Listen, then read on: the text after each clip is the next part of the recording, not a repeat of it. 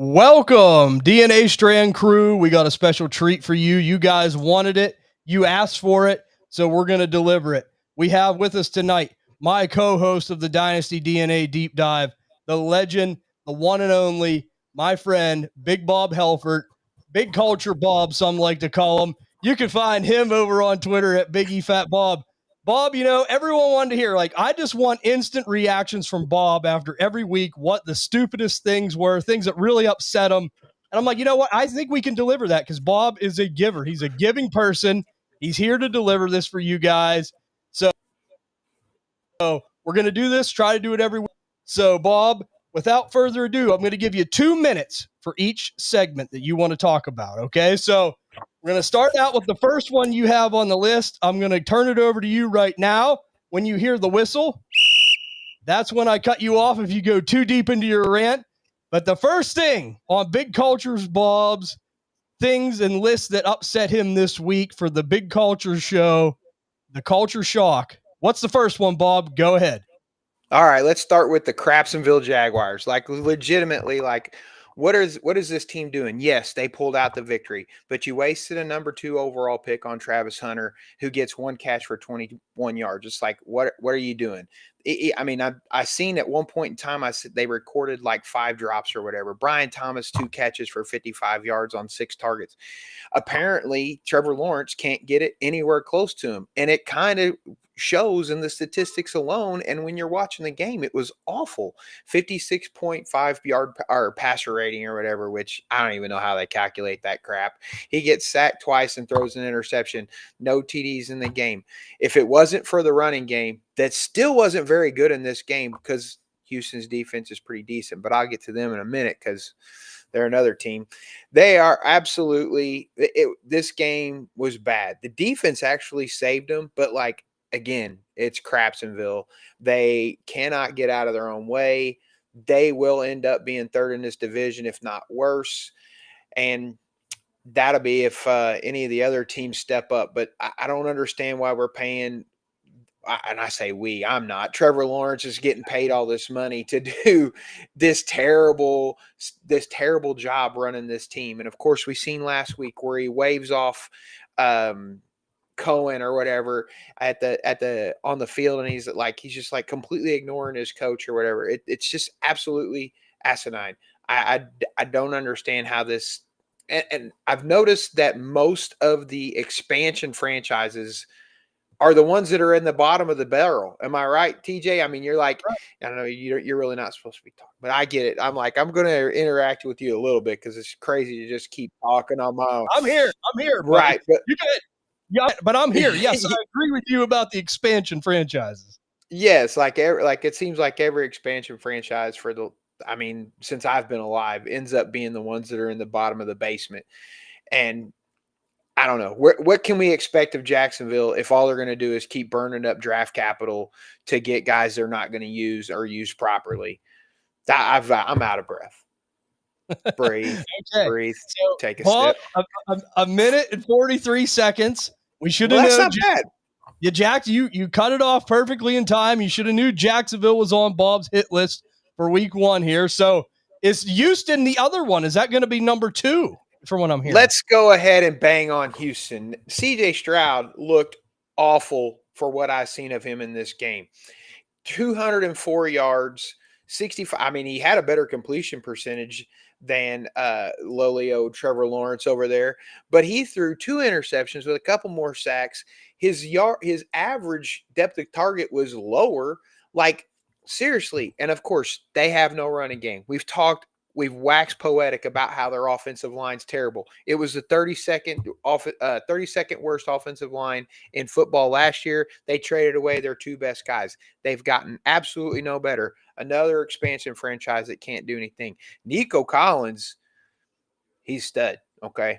The one guy. But that's like one guy. And it obviously one guy's not going to be able to do it all. I don't understand what's going on with this team. It's very much defensively built. They held Jacksonville to a lowly number, but they can't get out of their own way. And every pass, it looked like Stroud was rushed. every play. It looked like they didn't know what they were doing. They have to have more weapons than just Nico Collins. I did see Woody Marks looked like there was one good play that I seen out of him. Like, you drafted 2 wide receivers. Why don't you use any of them?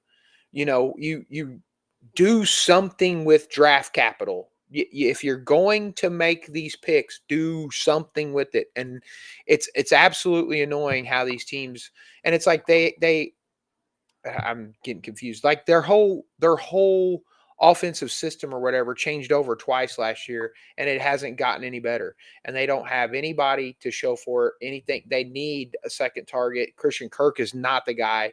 3 catches on 8 targets. Like, I mean, unless Stroud's catchable targets were just awful, which obviously I haven't seen the stats on that. It's just, this is instant reaction.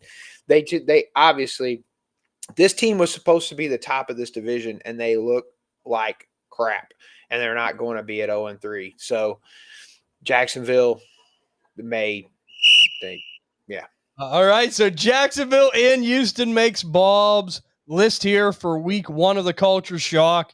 They definitely got to get some things fixed, and I do agree with you about the expansion franchises, and we should have knew that was going to be on your hit list this week, Bob. Now let's go over to the third item on your, let's say, wish list. Let's say upset, angry list. What do you have for us here? I don't know if this one's so much. This almost brings joy to my heart, TJ. How good was Kyle Pitts today? 4 catches for 39 yards. Again, what did I say when we were talking about start sits? You got the little thing. If he's not playing Tampa Bay, you just X him out of it. Because, like, yes, Slim brought up that he outscored my pick of the week, Tucker Kraft, but we'll get to that as like the last thing, because like I do have to mention that, but let's just keep on. Penix and his left-handed quarterbackness. Both of these teams are not good right now. They won last week on 5 or 6 field goals from a kicker they brought off the street. I'm not real surprised that Atlanta still doesn't have a decent defense. They give up 30 points to Carolina today? Like, seriously, Carolina's should be in this list. And I can't really lamb base them too much, because we expected them to be bad. They're one of these franchises that we expect to be terrible. The Falcons are supposed to be on the upswing, and Penix looks bad. 50% completion percentage. Slim swears up and down he's closer to 70. He was not, but that's okay. Maybe last week he was closer. I don't know. I don't pay attention. But his passer rating was even lower than the other 2 guys I've griped about, and he still threw 2 interceptions. What did I say before this game when we were talking about it yesterday? They should have absolutely just been running the ball like crazy with Bijan and Algier, and they got a whopping 14 carries. Bijan ran for a 5.5 average. Like, what happened there? Like, just keep running the ball. Like, they're your 2 best players, and we get 55 yards out of Drake London. We're just wasting the talents of these players, and it's abysmal. Did they even, outside of they actually got turnovers in this game from Bryce Young and didn't do anything with them.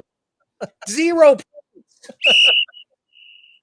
Oh, Bob, he's getting into it now. He brought up the Atlanta Falcons slim connection with Michael Penix and Kyle Pitts there. We should have knew they were going to make it this week. And I'll give you credit, Bob. You said 37 yards. You were very, very close. 39. You are like the Nostradamus when it comes to Kyle Pitts yards and points. Kyle Pitts. Give you credit. Yeah, I don't know. It is what it is. All right. I'm sure he'll make the show again. But what do we have for number 4 here for week 3? All right. So this gets brought up numerous times, and TJ stumbles over the phrase every time. You can take the Raiders out of Oakland, but you can't take Oakland out of the Raiders. They are just they are awful. Geno Smith throws for 3 touchdowns in this game, has almost a 10-yard completion average, but he gets sacked 5 times. Washington's defense really hasn't been that good.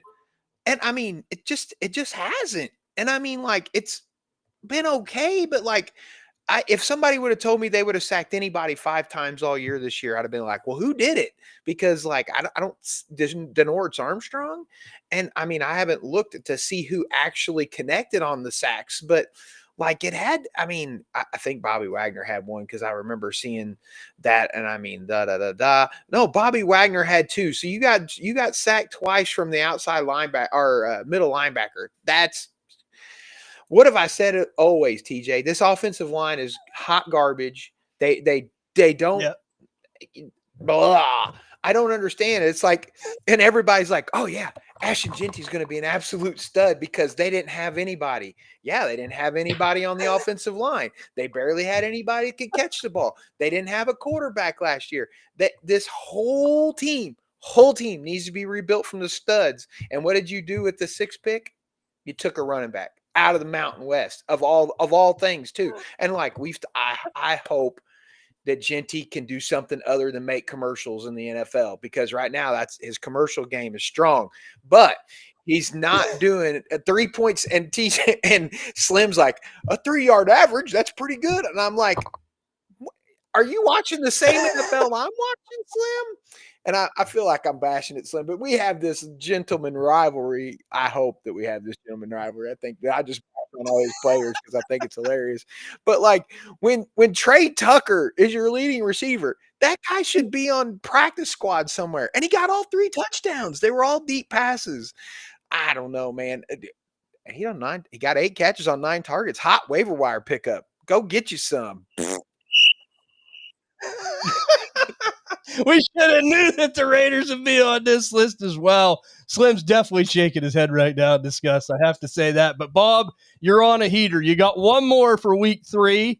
You know, you mentioned the Texans, you mentioned the Jaguars, you mentioned the Falcons, you mentioned the Raiders. Who is last here for you to rant on here in week 3? So I'm going to go less on statistics and more on heart. You know what I'm saying? So this last, like, can we get a field goal unit that can kick a field goal? That would be awesome, because it just seems like, but there was a lot of games that were won on field goals, so maybe I digress. Slim brought up that we have to mention the Packers. Yes, the Packers are still a good culture, right? They just ran into a defensive buzzsaw in Cleveland. We've talked about this ridiculously. All they have is defense. So they did the things that Cleveland needed to do to win that game. And I think for the most part, Green Bay was probably looking past Cleveland. It's just one of those things that always happens.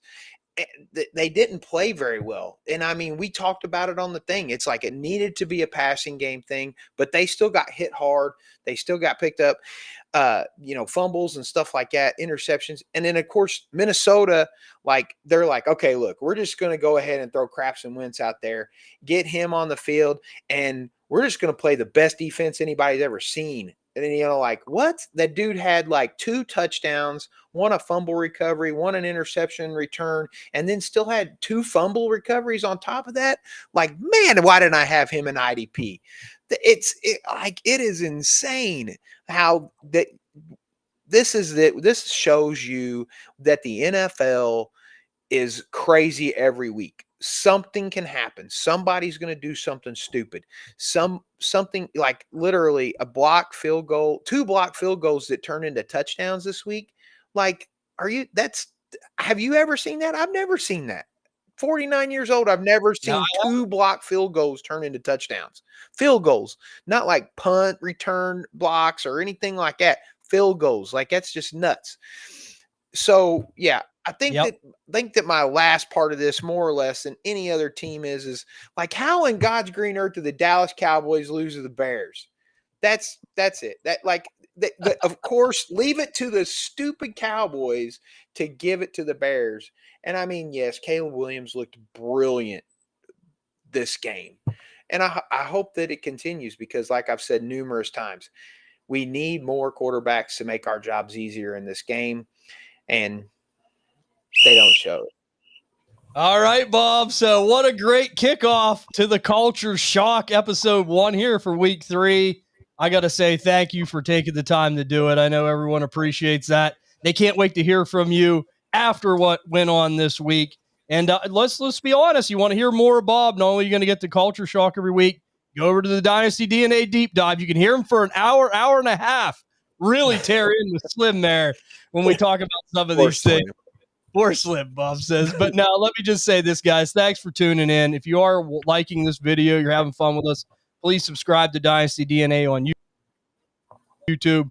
Follow us on Twitter at Dynasty DNA _. If you want to check out all the podcasts, go to the podcasting network, Dynasty DNA Podcast, available on all platforms, Spotify, Apple Pod, Stitcher, Amazon, all the big ones. And if you do like it and 5-star, it really helps, and we greatly appreciate that. But Bob, any final words before we sign off? Just remember, guys, Jesus loves you, because there's a lot of NFL players out there that just suck, and it's a good thing Jesus is there for them. I don't know.